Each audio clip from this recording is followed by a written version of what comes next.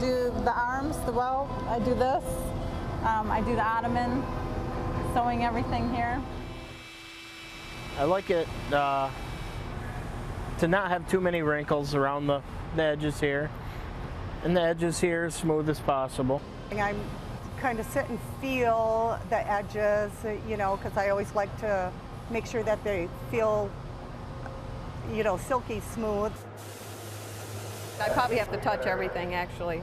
I like to feel it too. Even when I sit at home, I find myself like reaching under here and kind of feeling the sides and the edges that they're still smooth. And everything that went into it, from the foam, the buttons, the leather, the wood, all the metal pieces. At one point, I touched it and actually assembled it and shipped it to the customer.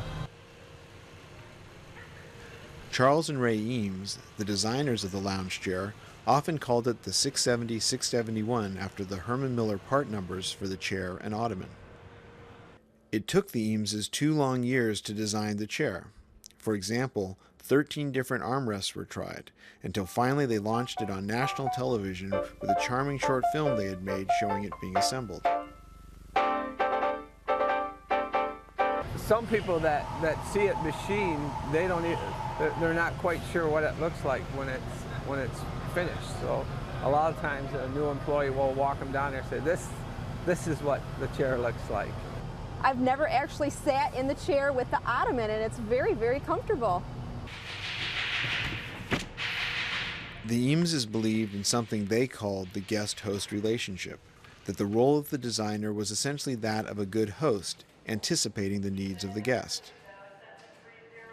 Charles and Ray recognized that the guest-host experience was intimately related to how and how well the chair was made. In fact, they weren't just designing a chair. Charles and Ray were designing a system to be sure everyone who got an authentic Eames chair got the guest-host experience they had intended.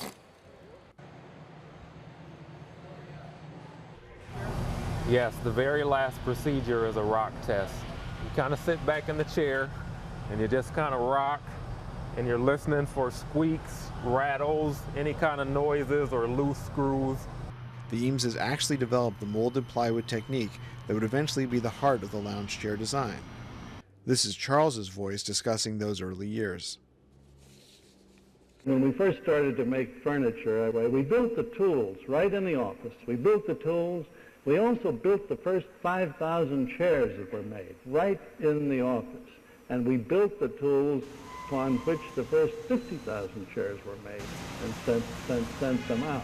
And this is working, fighting out each little thing, and each little problem, problems in rubber, problems in welding, right on the brink of disaster every minute.